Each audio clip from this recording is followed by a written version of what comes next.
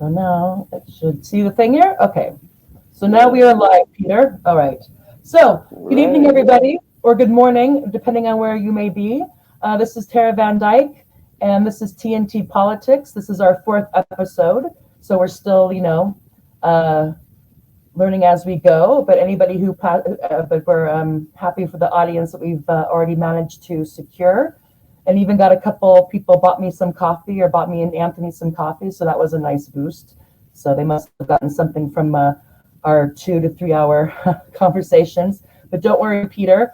I won't necessarily keep you 3 hours tonight, but who knows? Who Well, knows? I Anyway, think coffee will do the the job. yeah, the topic of tonight's podcast, episode 4 of TNT Politics, is the age of genocidal liberalism, and I'm very happy that Peter has time to join me in this discussion. And Peter grew up in Kashmir, which is in India, and it's a disputed part of India that currently India and Pakistan are fighting over. And also, of course, there's Kashmir itself, and maybe he'll tell us a bit about that, because I think that's also an area of the world that a lot of us don't know about, probably know less about what's going on in Kashmir than we do about what's going on in Gaza, even after this last month of just horrendous bombing and bloodshed in response to Hamas's October 7th operation. What do they call it? Alaska Flood? Alaska Flood. I think that's what they called it. I think that's the mosque. Alexa flood. Right. So thank you. And please do correct my No, no anything you worries. can, because my Arabic pronunciation is bad. Okay, so I'm going to bring Peter up here, and I'll ask Peter just to give us a little bit of background that he's comfortable with, um, because Peter also, coming from Kashmir, needs to be careful about what about. We decided to have him be anonymous because we don't want to run the risk of somebody stumbling across this and him getting any kind of trouble for speaking too freely about what's going on in Kashmir, to the extent that we stay on that topic. So, Peter, I'll throw it over to you, and you can say whatever you want about yourself, and it'll just be you and I having a conversation, and we'll probably forget that we're streaming. Thank you very much for giving me the opportunity to come on here. This is my first time doing it. I have never, ever been on a podcast or live streamed myself because of obvious security risks that we activists face outside Kashmir because of rogue intelligence agencies trying to either assassinate or harass our families. A slight correction in the introduction. Oh, sorry. Kashmir has been in turmoil, and I think it's very important that people who are experiencing occupation and incremental genocide and settler colonialism, uh, they need to be careful about the language they use to describe their resistance, their existence, and their right to defend themselves.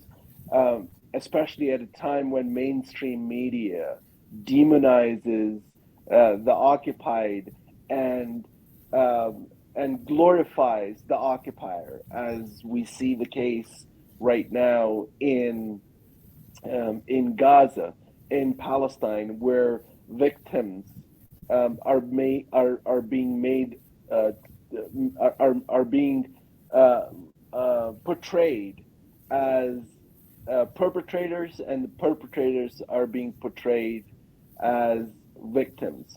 So language is very important, and I think we can't deduce uh, millions of people that live in Kashmir or have lived in Kashmir for decades, for centuries, I would say, to a mere conflict, because we Mm, are people and we have desire to live with peace and dignity, as does anyone in New Delhi, or as does anyone living in Palestine. So we are an occupied nation that has aspiration to be free, and to grant us the right to self-determination. That's been, by the way, but if it means anything, Tara, it's been enshrined and discussed and passed in United Nations Security Council. There are actually more than 19 Security Council resolutions passed on Kashmir, and the amalgam of these resolutions is that the people of Kashmir to be given the right to self-determination that India has denied us so far. And quite recently, India embarked on settler colonial project in Kashmir, where they're trying to change the demographics in Kashmir so that they can render the right to self-determination. They can render it void.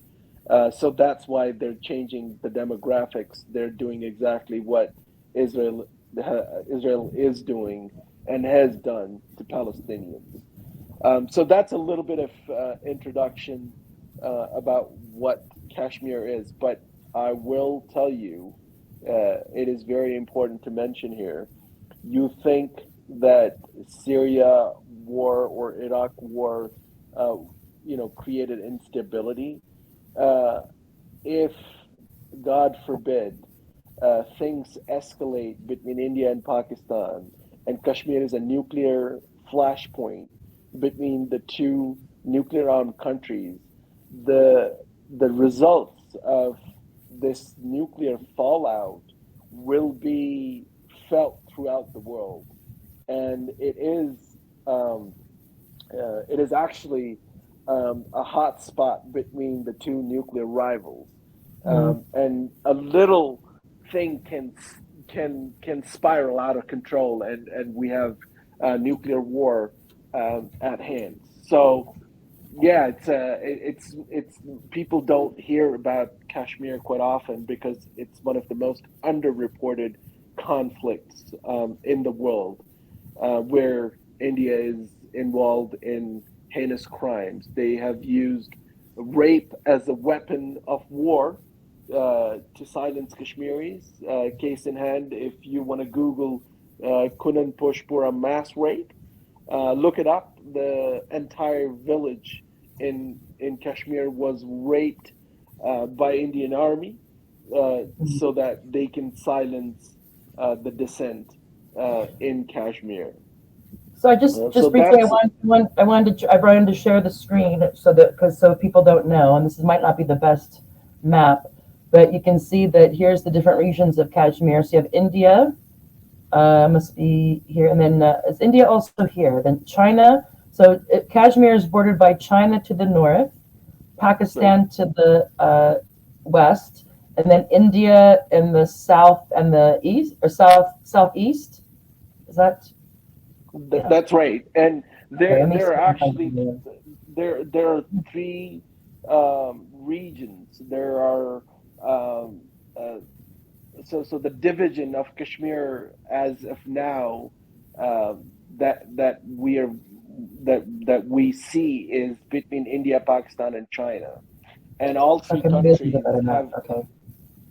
right, and all three countries have fought wars on Kashmir, and it is unfortunate that people of Kashmir don't have um, an agency to represent their cause, because majority of the people who were our leaders and represented Kashmiri aspirations, um, they're behind the bars, and India uses custodial murder to eliminate the Kashmiri resistance leadership, So, and it but is. custodial. If I may pause you for just for just a moment, Mhm, um, mhm, because you so it's quite clear from what you're saying that India is really the aggressor here. So it's trying to basically occupy. Would you use the word occupy? It's trying to occupy and control It is Kashmir. it is 100% Okay, the and so word where's Pakistan in this then? What's so is there a Pakistan position, or is it divided in terms of their right it official is Kashmir policy? right so there is internationally we when we speak on international forums there is a part of Kashmir that is under Pakistani control where Okay. Pakistan has given full autonomy to the Kashmiri people and usually we use the name Azad Kashmir for for the Kashmir that is under Pakistani control. Okay. And Pakistan has been party to the conflict, to the dispute, and they have asked the world community. They have taken the case to the United Nations and Mhm. asked to give people of Kashmir the right to self-determination, which India has always denied. So yes, there's also a China occupied side of Kashmir as well, which is basically under their control. And quite recently, when there was a border skirmishes between India and China, that also happened on the Ladakh side, where China doesn't consider Ladakh as part of Indian territory. So Okay. there are major players that are involved in this quagmire, and the main part of the land which is under Indian occupation Yeah. is the Kashmir Valley, where all the atrocities are taking place. Did you know, by the way, Kashmir is one of the most militarized zones, rather one of the most militarized zone in the world. That I did know. The That I did know. Yeah. Yeah, 'Cause there are one I point follow at Arundhati Roy, so I knew that. So right, and from her there reporting. are 1.2 million armed forces, Indian armed forces that are stationed in Kashmir to silence the dissent of Kashmiris, which is actually the world has guaranteed the right to self determination to people of Kashmir, but unfortunately, it's denied. And when Kashmiris use means of resistance Mm. against the occupation, and the T word is being thrown around, Mm. and how the Are they resistance being called of Maoists? the Because India tends to call everyone they don't like and they're inside their country Maoists. So they're also well, they Maoists, and they're also also Maoists in Kashmir. Or do they get their own name? I'm wondering. so no, I think it's in the northeast that we see tribal resistance against Yeah, the I just uh, remember I heard that they were trying. I read something that was a few years ago, maybe it might have been a year or two ago, right, right, Modi's government was cracking down on I can't remember. Anyway, I can't say the name. Jenru College and or University in Delhi. JNU College, Yeah, and Jawaharlal basically Nehru it's calling them University. like Maoists and urban Right. Maoists and this type of thing. And I thought, is everybody a Maoist now? Because I mean, the states in Israel also does that. That anybody they don't like is a terrorist or a terrorist sympathizer. I'm glad they don't use that word because it would be kind of silly. But I thought you never know. Yeah, If we're supposed to believe that Hamas is ISIS, why not believe that Kashmiri resistance fighters are Maoist? I mean, Anyway, yeah. Oh, absolutely. The their words, Indians, their propaganda doesn't make sense. It just has to scare people. So, the Indian state is very notorious in silencing the dissent within the Kashmir Valley, and they even coined the word. Their security agencies coined the word when Kashmiris were trying to protest against the pellet guns that Indian Army frequently uses to quell the protests. They coined the word agitational terrorism. So when people were trying to protest against killing, against the mass killing of people within the valley, the one of the army officers came up with a term and called it agitational terrorism. So basically, that's exactly what some Speech of is the violent. governments, right? Yeah, that's so even protesting Words against hurt. a human rights violation Mm, is violent, right? mm, Like people are trying to march on Sunday. I think it falls. Um, there's some other event going on, and how the UK government is trying to ban the protests. They're trying to use everything, rather they're trying to invent everything because they failed to discover anything that is, you know, that is violent or that is not appropriate.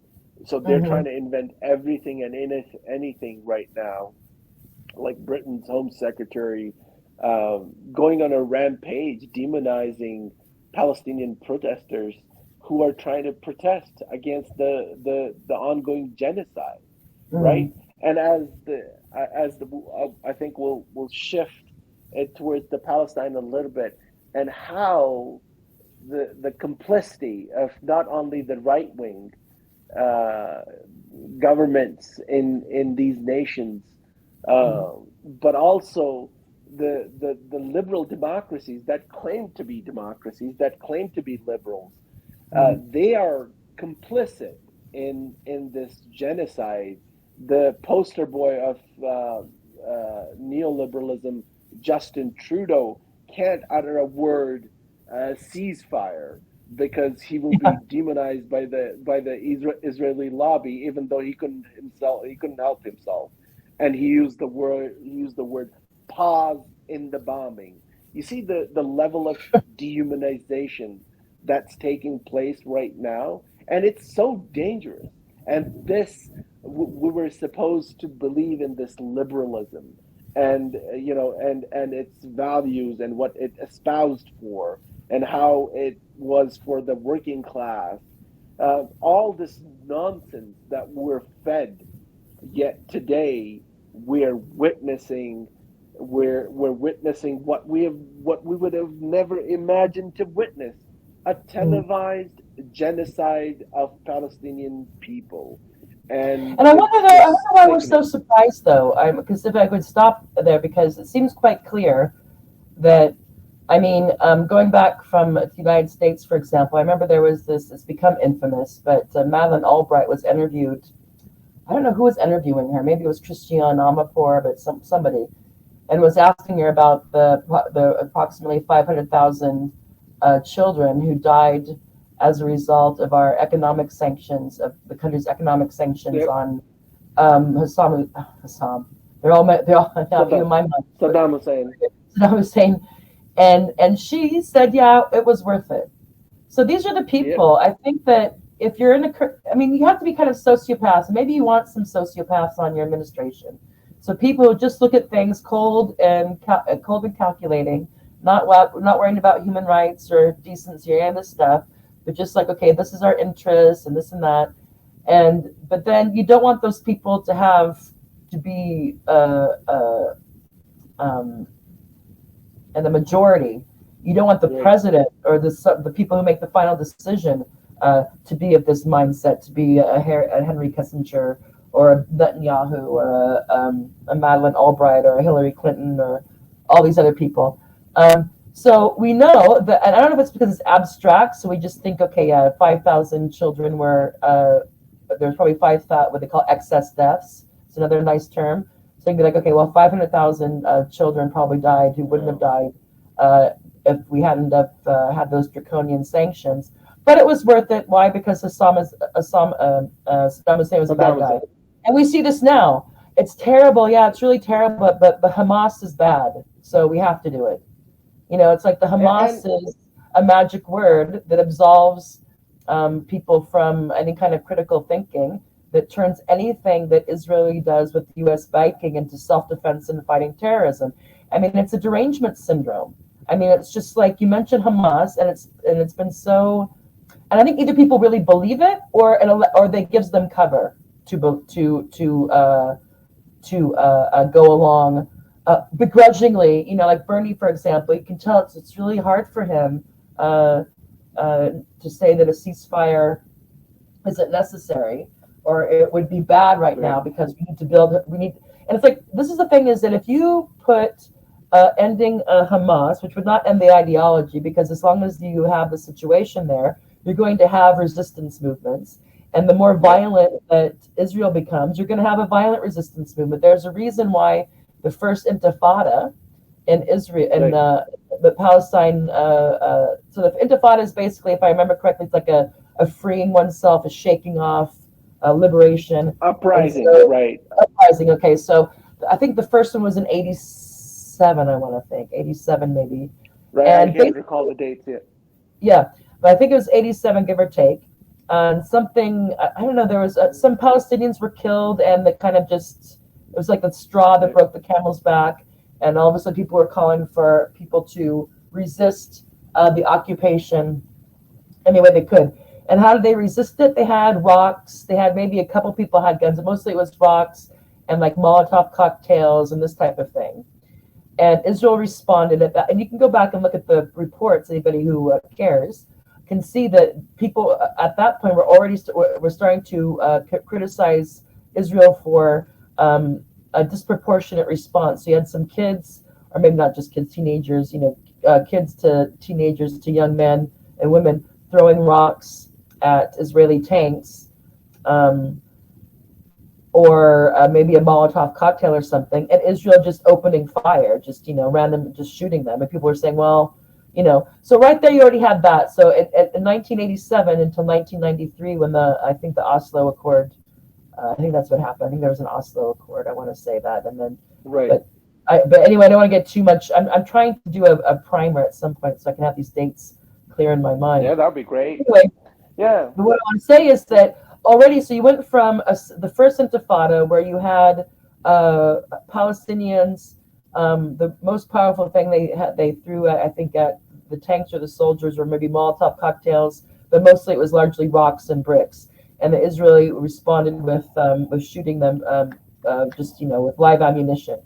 And that was so I think at the end of the first Intifada there was maybe, I think, 300 Israeli soldiers killed, and I think something like 20, maybe 2,000 Palestinians, 3,000, I'm not sure. But also at that point is when Hamas entered the scene. This is also an interesting thing, is that people tend to think that there was a Hamas before there was an Israel, like somehow, or somehow Hamas is just like a bad neighbor or something, like, that Gaza is some sort of destination rather than a prison or a concentration camp, and now a death camp for the people that are stuck there or who don't want to leave their land. And then the second Intifada, as we know, I think at least the way the story goes is that Ariel Sharon, who was a nasty piece of work, who was one of the people who I think he slaughtered. He was one of the generals who ordered the slaughter of refugees in Lebanon. I think it was Lebanon. Right, Shatila Shabra. Yep. Okay, thank you. And so he decided to go and pay a visit to the Temple Mount, which is the third holiest site in Islam. And that made people really nervous. Like, okay, they thought, okay, this is going to signal that they're going to, because there was a shift to the right, because Itzhak Rabin was assassinated, and then you had, I think maybe Netanyahu had come in or somebody. Right. There was a big shift to the right in terms of more settlements, more aggression towards the Palestinians, etc. And then you have this, so that's tipped off the second Intifada, but then Hamas was also involved. And Hamas at that time was an Islamic resistance group. I think they would have said that themselves. They were an Islamic resistance group, which to me meant that they utilize their interpretation of the Quran to call them to both fight to protect the Temple Mount, the mosque, but also to resist the occupation of Israel by violently. They had obviously decided that Israel is not going to respond to nonviolent means, so they were fine to be violent, and that's when the suicide bombing started.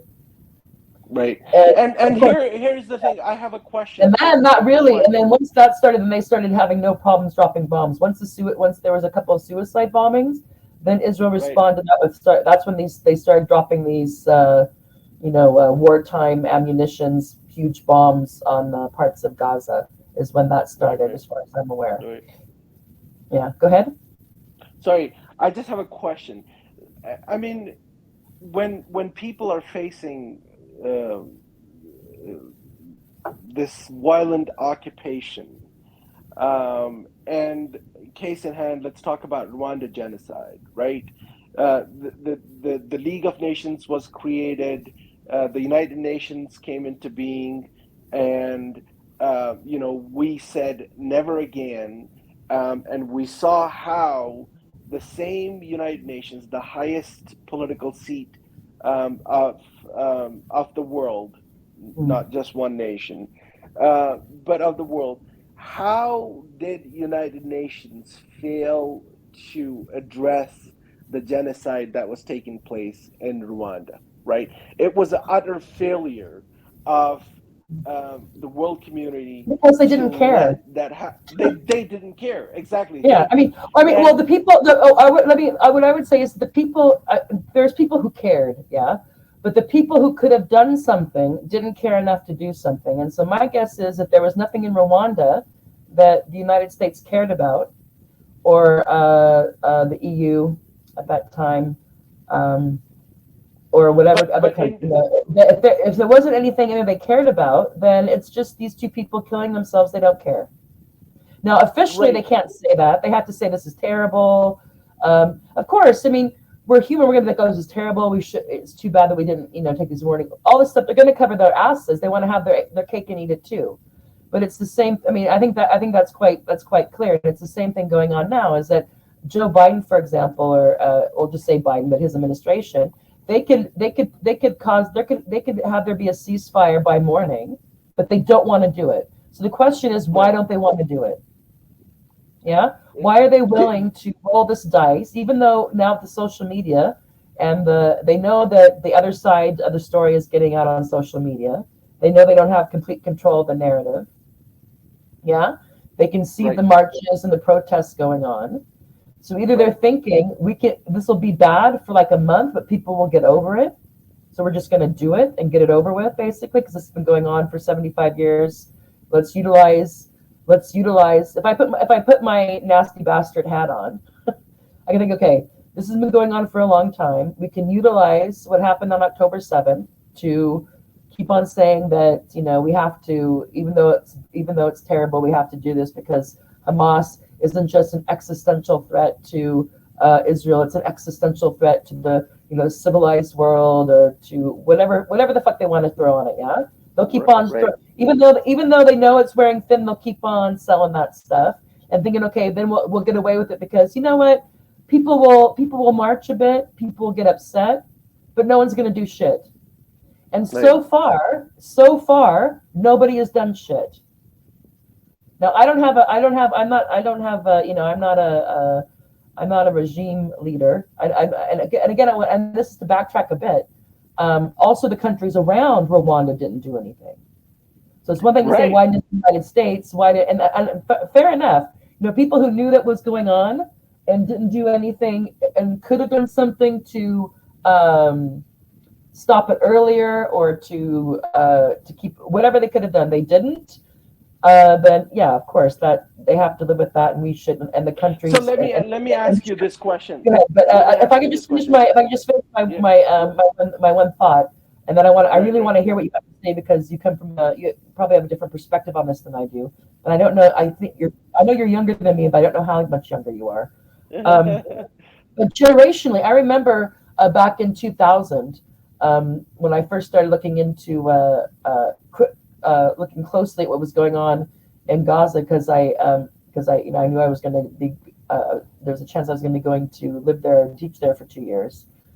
And I remember people then thinking, during the Second Intifada, being really convinced that this is going to be it. The Arab countries are going to rally. The Arab peoples are going to rally. They're not. We're. This is like the end is near. not in terms of like we're all going to die, but like there's going to be some sort of resolution, or at least a more livable resolution, a situation. Really believing that, and what happened? Nothing happened. So that all the regimes there don't do any. They have to say something, of course. They have to say that they are with the Palestinian people. They have to say that the Israeli occupation, whatnot. And now, fast forward 20 years, you have Egypt and Egypt already had normalized relations. So Egypt and Jordan have normalized relations with Egypt. Ergo, also the United States, quite a while ago. Saudi Arabia, Saudi Arabia and the U.S. love each other as long as the oil's flowing and the weapons are flowing. Right. As long as the dollars are flowing, and as long as their regime is, I don't have to. So yeah. So basically, no one's going to. I would hope nobody thinks that the Saudi regime is any way democratic. It's a nasty regime. I mean, it's fine if you're in the part of the royal family, but if you're not, then it's not good for you. And of course, I won't get into the women's rights things. But anyway, not a very, in no way any kind of modern or liberal or human rights interested regime. But they sell the oil in dollars, and they basically and the U.S. Makes the U.S. I'm sure would, even to this day, would make sure that that no one's going to throw the House of Saud, that's the name, out of power. And you have Qatar, you have and now Iran and Hezbollah. I don't know. It could be that if because I realize that it's one thing to be emotional and to be like, okay, look at all these people dying. This is crazy. Someone has to come in and threaten and tell Israel, if you don't stop, you're going to pay a serious price. Now, Iran could do that, but then Iran has to pay for that. Yeah, and the U.S. and Israel is acting very belligerent. Now you have Hezbollah. Some people were quite upset about Nasrallah's speech, because they were hoping that he was going to open up more officially, or open up another front in this war. And so far, he's kind of, from what I got from his speech, it's kind of like a wait and see, saying like nothing's off the table. We're gonna, we'll respond to we'll respond as we need to. But of course, he probably doesn't want to have lots of bombs start to drop in Lebanon. But my thing is that I'm sure that people, and I'll just like people who could do something, even though it'd be at a risk. So far have not done anything real, anything risky for the Palestinians. And I have never seen them ever do it.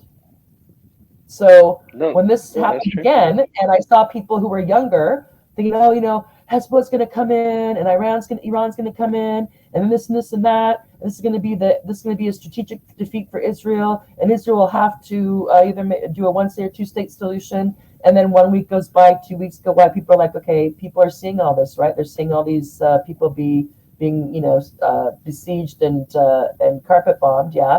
Another week goes by.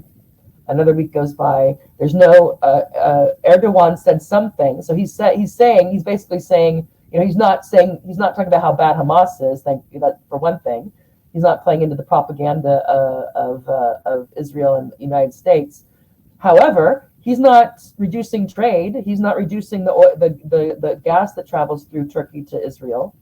Right. None of Saudi Arabia isn't saying, look, OPEC is going to drop production by 20% until there's a ceasefire. So I think that they probably feel bad about the Palestinians. They're probably like, you know what? It's just some people in this world and just get really royally screwed over and slaughtered. And unfortunately, you're one of those groups. So, it's upsetting, but we're not going to do anything. What do you think about? Let's talk about Joe Biden for a second. The epitome representation of American neoliberalism. We talked about the House of Saud, how they want to keep their petrodollars flowing, and they want to make the US sure. Does.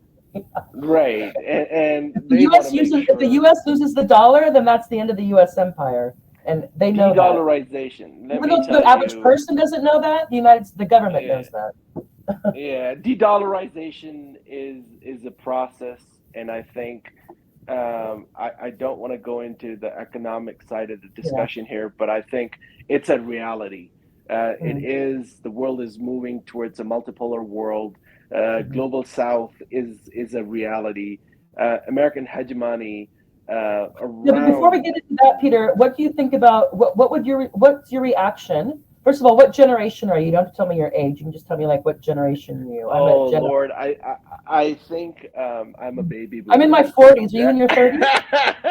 Are No, you in your 30s or I'm your in my late 20s? What are you? no, I'm in my 40s. I do Are look you in your young. 40s? Yeah, I am. Brother. I Okay, am. sorry, but you I look know. good. You look good. Yeah. Okay, Oh, so we're the thanks. same then. Uh, Okay, but what's your take on, I guess, both from an emotional level, because I know that you've been watching this and like the rest of us, and maybe more for you given your past experiences, that it's been really just gut wrenching to watch this and just wonder, yep. are people, because me personally, I get up and I have a coffee and I think, okay, prepare myself. I'm going to look at the Gory social media pictures. and be like, yeah, still killing kids, still Yep. bombing children and women. Okay, still It's lying about been it, still gaslighting about it. Okay, but it's so in been terms of just if I really want to get on this, and then you can take it where you want. But hmm let's say October 7th. What were you? What or October 8th, maybe the first week of this? What were your expectations about the broader Middle East? Um, the Arab, I don't know, the Arab nations, but it's also hard because Iran is Persian. And anyway, but you know what I mean. So anyway, yeah. did you expect uh, there to be more involvement than there has been? And now looking at it a month later, what's your take on that? And also, if you saw Nasrallah's speech, if you have any just a couple of your responses to that speech. And I realized that, of Yeah. course, he was having to talk to several different audiences. But Right. as you, so if you could address those two things, and then you could take the conversation where you want. Yeah, absolutely. No, I would definitely look. I mean, it's been very difficult for all of us to witness what we're witnessing. Babies being taken out of rubble, children missing their siblings, entire families being wiped out. And how can a human be normal after watching this? The amount of mental destruction it causes, the psychological damage that these pictures are causing to the rest of the humans, I would say, because subhumans, and I rightfully have a right to call people subhumans who don't have any humanity left and Mhm. normalize genocide because they're not humans. I do not consider them as humans because Well, how there's some can there's you some watch a chip there's some chip missing. It seems is maybe a nice way of putting it. right? So They're, so they're missing so so something. Something got right, missed. right. So you know they a person devoid of humanity can only watch these pictures and be normal and go on and say, whatever, And I still don't talk care, about right? Hamas. Right, I'm like, I'm and like, then still talk about use this militant group that has small munitions and no army and right, no navy, no nothing. But yeah, it's all their fault. right, right, Anyway, go ahead. and then go on with a normal day. No, it's been really difficult to answer your question. It's been really difficult in last few weeks. And I have kids as well, and it becomes really difficult, especially when you're a father, Mhm. and No, you want to I think if you know someone's trying to call kill your kids, that somebody would care. Obviously, I mean, yeah. No kidding. it's like, And yeah, okay. It's like, what and if we tell everybody especially they're cats? especially in Rescue animals, lands then people in will care. Yeah. especially in foreign lands where exceptionalism is preached left, right, and center, right? I didn't have any expectations from any of the Arab nations. Okay, The not much. Palestinians the Palestinians have always been used as scapegoats in the broader conflict. Yeah. The Palestinians have always been at the receiving end of the tussle between the Arab world and genocidal Israeli regime. And I didn't call me a cynic, but I believe in realism. I mean, Yeah. a little dive in history where Yasser Arafat was convinced to make a peace deal and give up the violent resistance against the occupation, Mm, and sign the Camp David Accords. What did he accomplish? He accomplished absolutely nothing. Rather, legitimized Israel's occupation, mm. uh, which resulted in annexation of almost more than 90% of Palestinian land. Right. So I am not hopeful at all. 75 years of occupation. Something happened on October 7th. The people. I do, but do you feel like it's the beginning of the end? I feel like it's the beginning of the end. Yeah, I think like it might.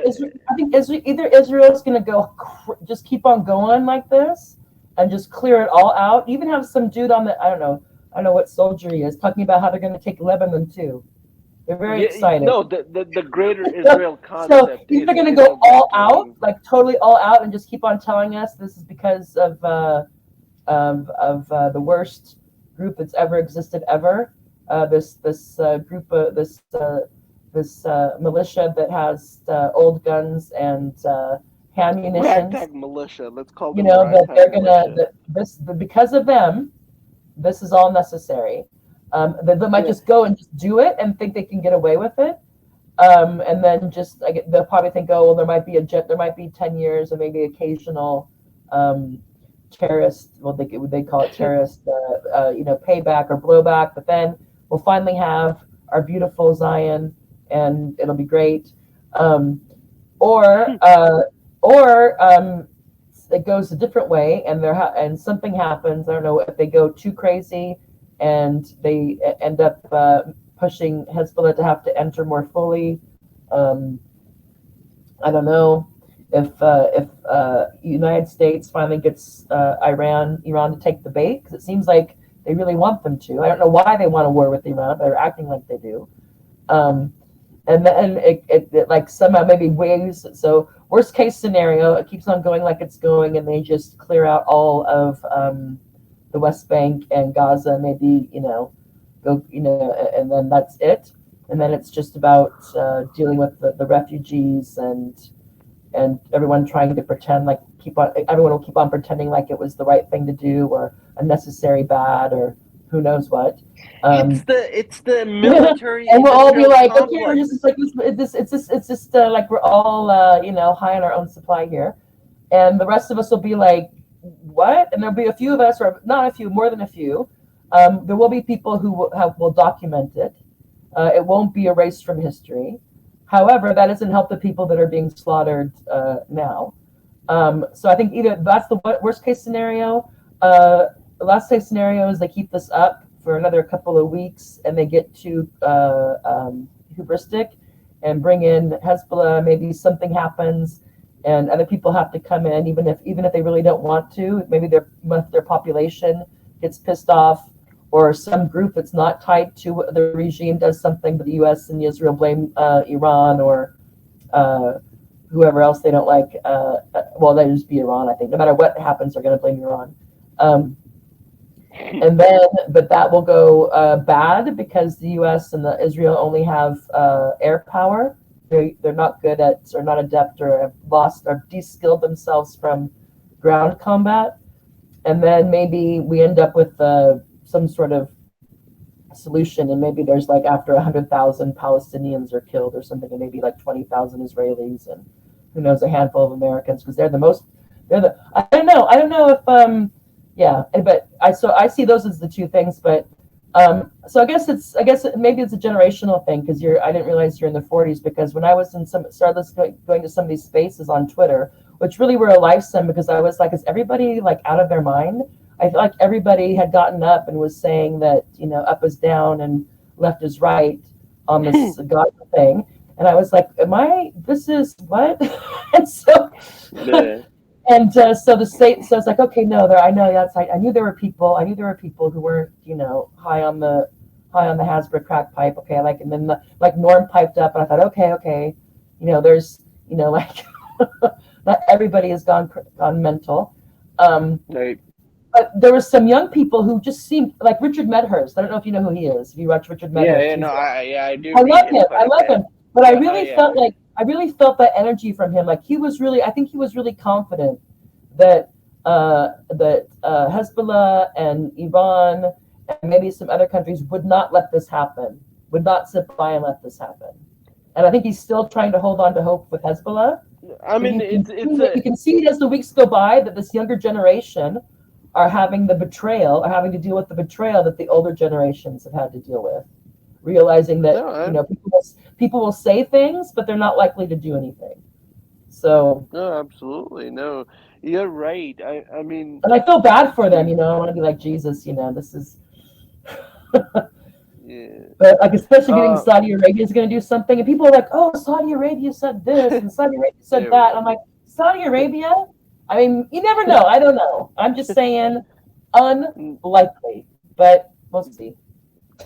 They It are, would surprise they me are. more than if Saudi Arabia uh, took a direct stance against the United States, like a direct stance. But, who They're knows? more concerned about how many women they have in their harems and how many Yeah, underground parties they're yeah, going to host with all the international models coming to hmm Saudi Arabia. So they don't give a toss about Palestinians, let's be no. honest. And I think to What about have any hope the population from there? Is it?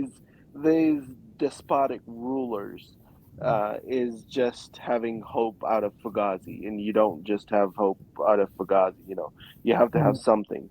So I don't think these despotic rulers have any nerve And to that Jordan stop guy, what's dude, happening. why is that Jordan guy He's still in power? he's just He's freaking so doing his smarmy. own I mean, publicity. even Yeah, before I knew better, I was like, this dude seems a bit. He has yeah, a he's coming out. he was Zelensky before Zelensky, I think. Yeah, yeah, yeah. He was Zelensky. Yeah, that's a very good description of this Oh, despot. gee. Yeah, yeah. And He'll get on in look, the suit and be like, it's very while terrible, it's very Tara, I bad. want to talk about something very important here. You Okay. mentioned about you mentioned about Joe Biden and his complicity in this genocide. Oh, God. Let He's me the most let complicit. me After Netanyahu, he's the most yeah complicit. Maybe let they me tried to convince remind let me remind you of his election manifesto when in one of the interviews, and correct me if I'm wrong, he was asked, what would he do with Saudi Arabia about Jamal Khashoggi's murder? Oh, yeah. And did you see what He's still on happened it. when There's a he committee. exactly? So he fist bumped They'll release that when they uh, release the JFK files, Peter. yeah, he They're gonna fist get to. bumped They're gonna tell us. MBS, and then completely forgot about Jamal Khashoggi's murder in Turkish consulate in Turkey. So this is the kind of neoliberalism that has infected the working class, or at least the representation of the working class in America, and people need to take it back. People need to hold their politicians accountable, and you need to ask them questions about this, because I know, look, but if you I if agree with you you there. But in terms of that, doesn't do anything for anybody right now. I mean, that's an election cycle, and also a lot of right, people tend to they'll. I mean, what they'll protest on, we'll see if they think that's going to like end up in the draft, that might move them. But it's usually economic issues. And now you have this like people, the Trump hate the Biden people and the Biden hate the Trump people, and there's us people who are like, you should hate both of them. They're not, it's yeah, two sides of the same coin. They're just giving you it. They just feed their base slightly different red meat. So I'm all with you there, but uh, in terms of like in the next couple of weeks or something, that's the thing, and that we can later on there can be an assessment, there can be a reckoning, there can be, all kinds of things, but that's going to be after there's already a lot more death. And I think what we're seeing here, and again, I also don't buy it when people say, oh, well, you got to separate the government from the people. Of course, if you do, there's a spectrum of accountability. But if you say you have a democratic country, then the government is from the people. Yeah. And if you have a rotten to the core government, you can't say, oh, our government's rotten to the core, but our society and our culture is great. It doesn't work that way. Right. Yeah. So it's this idea that am I as the average person as accountable as Joe Biden and all those other nasty bastards and bitches in the right. in the government who are trying to tell us that this is some sort of basically just gaslighting us. We can see what's going on in Gaza, and those of us who know enough about the history are just being like, you're peeing on our foot and telling us it's raining, and this is just bullshit. And then the people who, for whatever reason, buy it, either because they don't know any better, or because they're just racist, or they just, some people just get off on the, it's like Chris Hedges wrote a book that war is a force that gives us meaning. And I guess it's also if it's a war you're not directly involved in, you just feel like vicariously somehow something great is going on if you're, eradicating this ultimate once in a lifetime evil scourge of Hamas with their old guns and handmade rockets, is something interesting. But I think in terms of the age of genocidal liberalism, when you have all these contradictions, not to get my Marxist hat on too much, but you have all these problems. You have all these issues that the current system seems unable to address in nonviolent ways, or ways that are halfway honest. So you see what's going on. You see what to the extent we can have a realistic understanding, a fact-based understanding of what's going on in Russia. You look at what the U.S. was the spearhead, but they got the EU and the UK to go along with it, even though it was bad for their economies. They did that. That is not a sign of. That's also, you could kind of go an age of. We're definitely in an age of belligerent liberalism. And now with Gaza, it's gone into the age of genocidalism. So the idea that we have this project and we have this idea of what Israel is, and in order to attain that, if we have to, if we have to, for the greater good, if we have to bomb and kill lots of babies and women and elderly and men who have nothing to do with Hamas, and forget that Hamas is actually a resistance movement, and you can have questions of their tactics. I'm not going to sit here and say that a suicide bombing isn't a terrorist act, but I'm also going to say, well, nobody's a bigger terrorist than the Israeli Defense Force in Shin Bet. So, terrorism is I mean, before we dive into questioning and so I think we're in this age now that once you start this, and once you see that your people, even if they don't like it, if you can get away with it, we're in for a serious dark times. Because if they can do this, it's easy for them to try this out in Gaza, because they're a group that nobody cares about, except for obviously Palestinians and people who have some sort of a conscience. So the group of us, whether you be journalists or there's people who know and care, obviously. But most people always have been. Don't give a shit, or they don't give a shit. They're like, oh, that's too bad. I guess it's too bad for them. They voted for Hamas. People will say this now too, that since they voted for Hamas, this is okay. So let me get this straight. If somebody votes for also trying to remind them that you realize that Hamas isn't just these fighters, that it's also like a municipality that they also developed into a political party that Israel supported because they wanted to divide and conquer. They wanted the battle between Fatah and Hamas. I'm not saying they wanted suicide bombings, but they wanted a better enemy. They wanted to divide the authority of Palestine. They wanted to divide Gaza and Palestinians from Gaza and West Bank. They want a better enemy because Arafat wasn't scary enough, and they want and it's worked out well for them. It probably got a bit out of hand, but in general, it's been a perfect cover for them. And if they can do this, even though they're not white, I mean some of them are white, but I mean what I mean, the ethnically. Whatever. If they can do this to Gaza, they can do this to fucking anybody. And people do not. It's like, if you don't care about Gaza, fine, you're still a nasty piece of work. But you should care about yourself, because we're entering the times where there's more and more spaces and people who are redundant, who are better off in the system dead or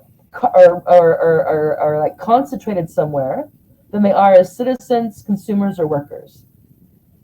So if they think this is they are out of their minds.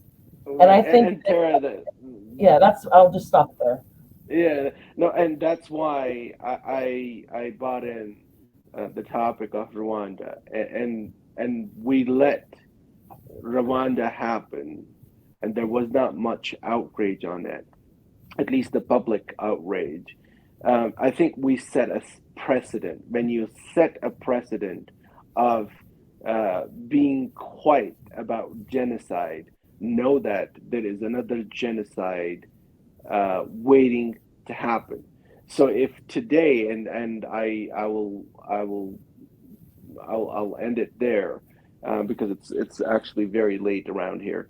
So if you're letting Gaza happen, if you're letting genocide happen in Gaza and you're not concerned about it, it's not in my country, it's not in my hometown, know that it's only a matter of time before it comes knocking at your door. Because if you are apathetic and indifferent towards the others' suffering of people, and regardless of their and your governments are learning how to do it. Exactly. I mean, and not just the government, but all the other people, so the arms people, and I mean, it's like if they can get away with this, if they can be like, we're going to take some heat. There's going to be some upset people, but we'll get away with it. It'll be fine. Right. They're not going to do it again. So they will. They will. And it may not be brown people across the world next time. Right. And it could be whoever. I mean, who knows? I mean, you just like who could have imagined Ukraine? Who could have imagined Ukraine who could have imagined Ukraine will happen, right? So if Europeans are silent on what's happening today, where children's hospitals are being bombed, and the evidence of Hamas or Palestinian resistance being complicit or using these as safe havens, invention of the evidence is not going to work. It's not going to fly. The age of information flow that we're living in is so accurate and is so. Yeah, but what difference has it made so far? It just makes us more upset. It just makes it more upset. Well, at least it does, right? At least it does, right? I mean, I guess that's the hope, is that there's going to be some sort of critical mass where there's enough of us that they're just like, you know what? And I think, and I know that it doesn't matter what I do on Twitter. I mean, I'm not an idiot. It's my catharsis now that I'm like, you know what? Even if it's only a handful of people that have to get pushed back on this bullshit, I'm fine to push back on it. I mean, somebody who wants to trying to be like, we're trying to get a ceasefire. And someone wants to be like, oh, what about how Hamas treats the women? I'm like, okay, first of all, what do you know about Hamas? And second of all, is your point here that any group that doesn't have the same gender norms that you do can be exterminated? Is that the rule here? That if they don't have a pride parade, they can be like, fuck them?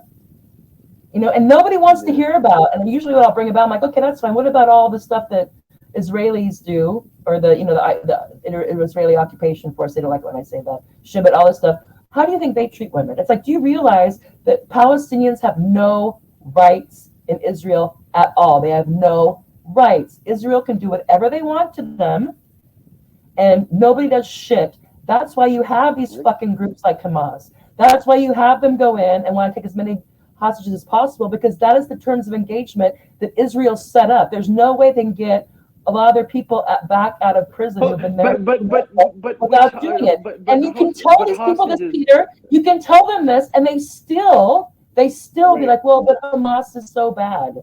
I'm like, well, they didn't know. But here's the question. we can talk about hostages. We can talk about hostages till cows come home.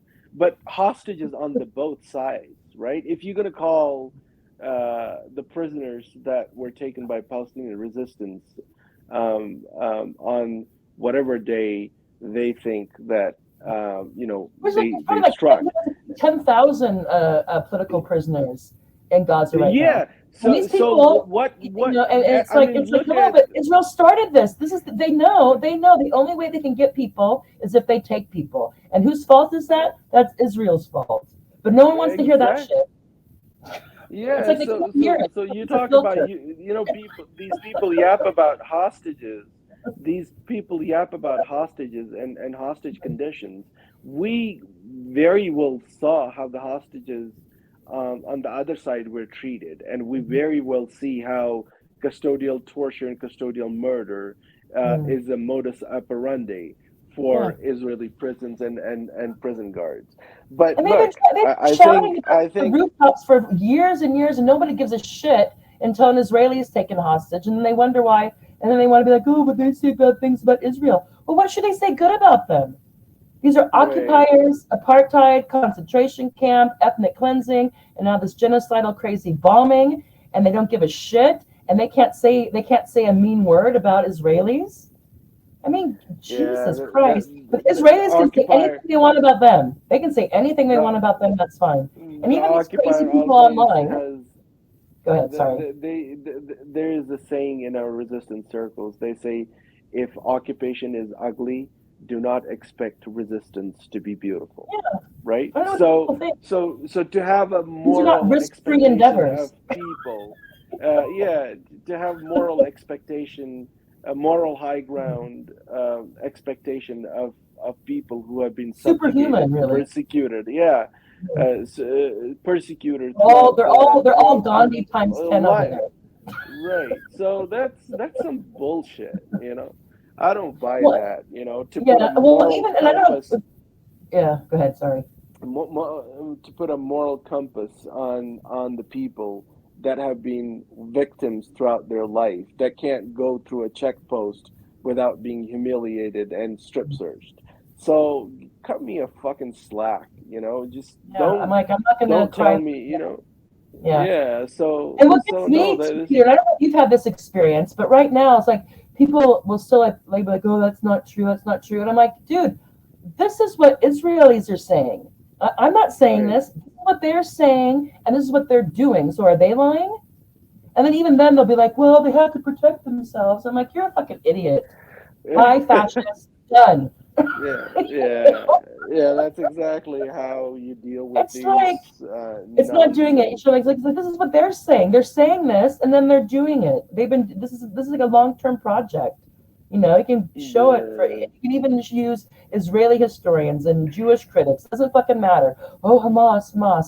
I'm like, I'm gonna get a big stick and write Hamas on it and kick your and hit you in the head with it. And just like yeah. it's They just just like I can't. am They like just parrot. ah. They just parrot. Do you condemn? Do you I'd be like, tell condemn? me Do you four things condemn? about Hamas. Tell me four things, Yeah, people. yeah, They're bad and they hate Jews. Okay, yeah. all There's right. just it's. I mean, I'm okay, telling you, but before you there. go, Peter, before you go, and thank you for Hmm. talking. Probably do this again. Maybe at Thank an you. earlier hour for you. What was your take? Was there anything in particular that stood out about Nasrallah's speech? Who did you think the main audience was for? No, I Or was it think just kind of like, okay, I honestly think that resistance, resistance, what they call it, resistance axis. axis, the Um, resistance axis, yeah. yeah, So resistance not the axis axis. of evil, but the resistance axis. Yeah, resistance axis. I think I was expecting a response from resistance axis. I mean, there are proxies. The entire region has competing interests. There are a lot more players involved, and I was definitely expecting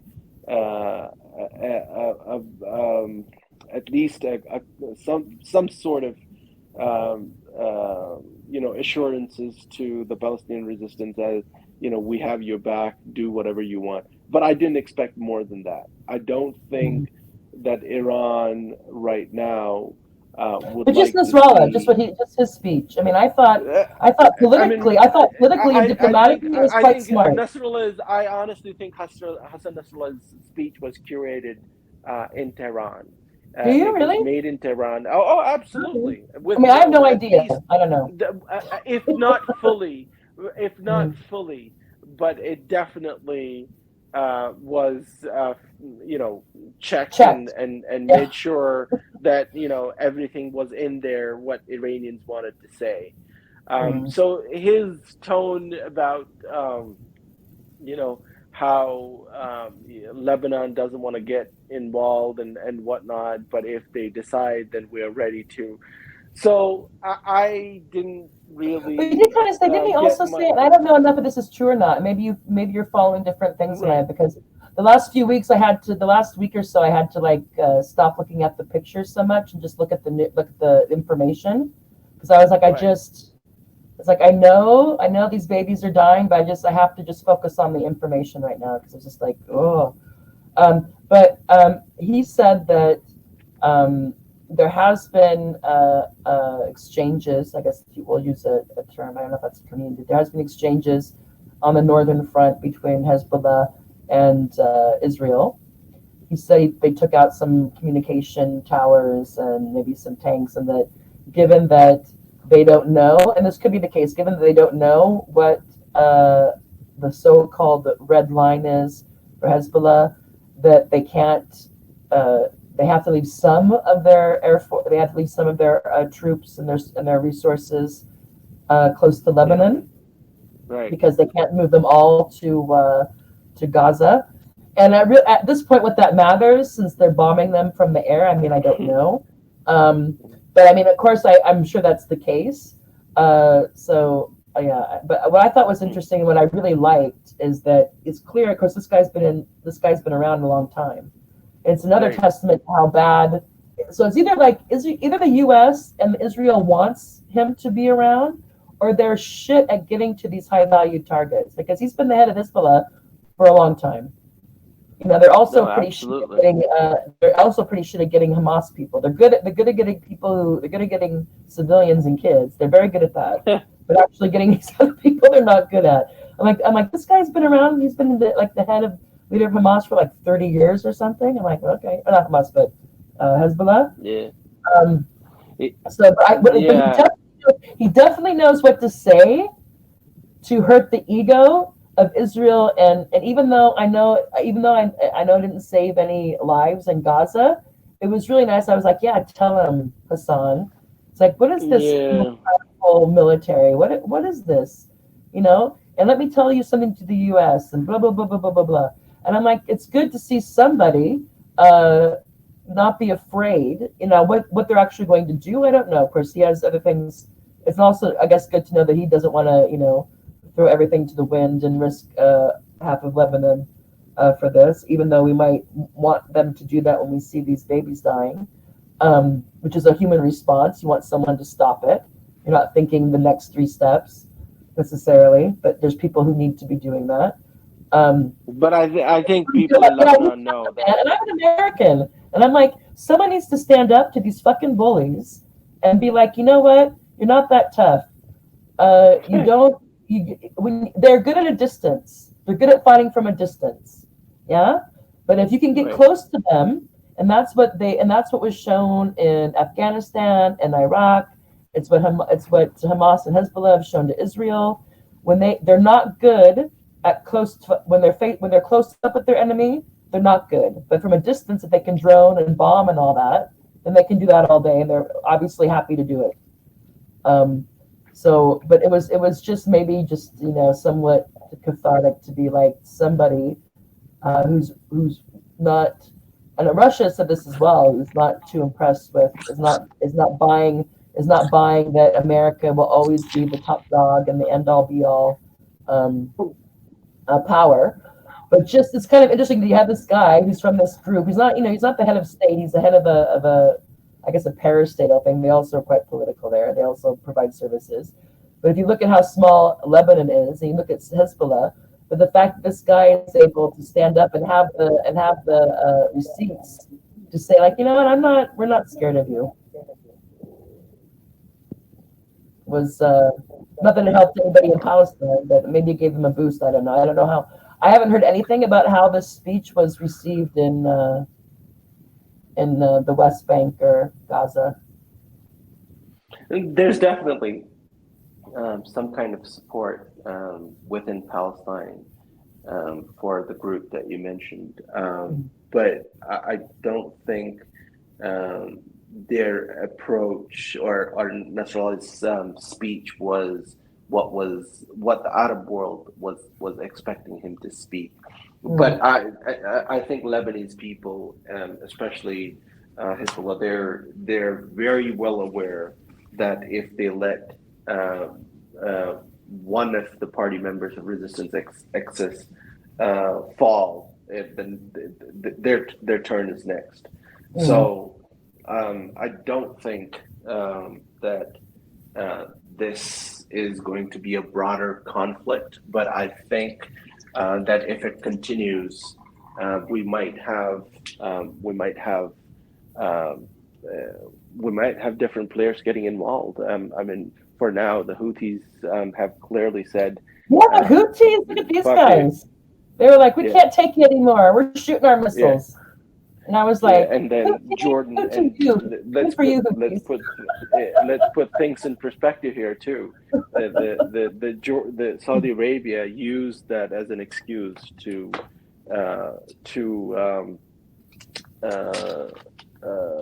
use the Palestinian suffering and get the missile batteries for themselves, right? Because they want to shoot down the drones. So this is again, this is a dirty war, and these people have their hands drenched in Palestinian blood, and a military-industrial complex. As long as we have monsters who profit off of suffering of people, I think we'll continue to see. But they don't pay a price. What we're witnessing, Or if they're able, or they're able to like sacrifice somebody, so they can be like, they don't the machine keeps on going. Like, okay. Yeah. They don't send their sons and daughters to the war. Well, hopefully, because it's just it just seems that that we could very well be. We definitely have entered an uptick in the belligerent age from the so-called good countries, the Western, highly developed, modern, liberal democracies. They're getting quite more belligerent, and it doesn't take much. And it seems like it doesn't take much for a liberal to tend towards fascism. So people start thinking, free speech. Oh no, that's dangerous. It's like peaceful transition to power, respecting elections. We'll see. First there was Russiagate, and then there was Stop the Steal. So who knows what people believe? If people in the States get to the point where they only believe an election is legitimate if their person won, or if they think that their lives will get so much worse if the other people take over, that you get this craziness. I mean, who knows? I think everything is up in the air right now. There's so much precarity, and the people who are so unstable seem to just want to gaslight and lie. Yep. So we'll see how long people. I mean, just one thing, and I'll let you go. Ian, I think his name is Ian Brenner. He's some sort of fucktard, but he's I don't know if he's in the New York Times. Anyway, he's a one of the he's a journalist, media writer dude. And Ian Bremmer, I think it's Brenner, and he tweeted out today, or X that always sounds bad. Tweeted out, Hamas has the desire to exterminate Israel, but not the capacity. Whereas Israel has the capacity to exterminate Palestinians, but not the desire. Today, this fucker said that. Like, we don't buy that shit. Have you been listening to what your friends in Tel Aviv are saying? Yeah. I mean, how many fatwas does Netanyahu have to issue? How many Israeli soldiers and settlers have to call for the extermination for you to be like, I don't know if this is just about. And then these people trying to say, but it's also for the Palestinian people, because they won't be. This is also the favorite thing: insult to injury. They won't be. We also defeat the Palestinians from Hamas. I'm like, what are you smoking? I mean, not you, but like, I'm just like, oh my God. Okay, Peter. Well, this has been good. We should do it again. I'd like to do another episode when it's just, if it's okay with you, that's just on Kashmir, Oh because yeah, I that really would be great. don't know. Uh, I mean, like I've read, I know, like I know where it is. I know there's a disputed area. I know it's highly militarized. I've read my Arundhati Roy, so as accurate as she yeah. is. Um, but really, the ins and outs of it, I have no idea, and I'm guessing that most people don't. And that's definitely an area of the world uh, that people should know more about. And if you also want to talk Absolutely. about things that aren't conflict related, I can appreciate that. You don't who wants to be part of an area that's thinks that it's only conflict 24/7. People also have lives there that um, their whole identity isn't about this conflict. But if we could do that, that would be great. And if you could send me just a couple of like background things, so I could, if you have time, that I could read up on. Um, Absolutely. Yeah, so I'm just there is like, yeah, I didn't realize. This is how stupid this is terrible. I feel bad. I knew that there was border disputes. Still some small. I thought there were small border right, disputes between China and India. I didn't know. I really didn't know that China had an administrative, Kashmir. what do they call it? Administrative section of Kashmir. I had no idea of that. Now you So, and know. Now you know. I'm guessing most people don't. Yeah, it's it's one of the hot spots in the world, and Well, I the think that amount of also shows suppression and aggression. how Modi is in he's part of the elite. He's part of the club. So a lot of the media, they don't talk about Kashmir. Yeah, and I they wonder if have that's part of it. Because talk about genocidal liberalism, that fucktard. yeah, Sorry. yeah, yeah, He's a no, lucky no, man. absolutely. What's a few Yeah, pogroms? What's wrong with no, Hindu in a country with 200 million Muslim Indians? It'll all work yeah. out. They don't like The Christians and the either. entire Hindutva movement is actually inspired by Hitler, the ideologue, the RSS ideologue, who was inspired by Mein Kampf and Hitler's way of Well, dealing no, with things. if they want a Hindu nation, and Yeah, they don't absolutely. like this blood mixing. I mean, you already have the caste thing, so already you have Yeah, this like there's about huge caste. marriage, Yeah, marriage, not wanting I to mean, purity. I'm pretty sure, I mean, Tara, you know about the Brahmin Savarnaism. It's just yeah. as bad, rather worse than Zionism. Mm. We can definitely do a deep dive into Yeah, that would be Savarnaism. great. And if you could send me Yeah, a couple of things, that way I can structure it more. And I'll let you know. Well, we don't talk about this now. So anyway, let's no, wrap it up. So Peter from Kashmir, who's somewhere in the world, not Kashmir, but he was born and raised in Kashmir, but he no longer lives in Kashmir. So that's all you need to know about Peter. Yeah, so this has been TNT Politics, our fourth episode, and we'll have another one with Peter where he comes in and we'll do a focus on Kashmir because I'm probably not absolutely. the only one who didn't realize that China had a chunk of it as well. So sorry for the vulgar turn of phrase that has a chunk of it, but you can take the girl out of America. Um, okay. All right, so Well, hopefully next time we talk, brother, there's less people dying, and there's fewer people telling us it's a fantastic thing, and that somehow we're on the wrong side of thinking that it's bad to uh, starve and bomb 2.2 million people in a concentration camp, now death camp, that somehow, you know, I'm pretty sure that next time we talk, we will not be disabused of this position, but hopefully some people have eased up a bit. But anyway, I really appreciate you talking to me. I know this is a really difficult time, and my heart goes out to you and your family, and we'll keep in touch. thank you very much for having me. And again, it is important for us as activists to speak about injustices that are taking place in the world because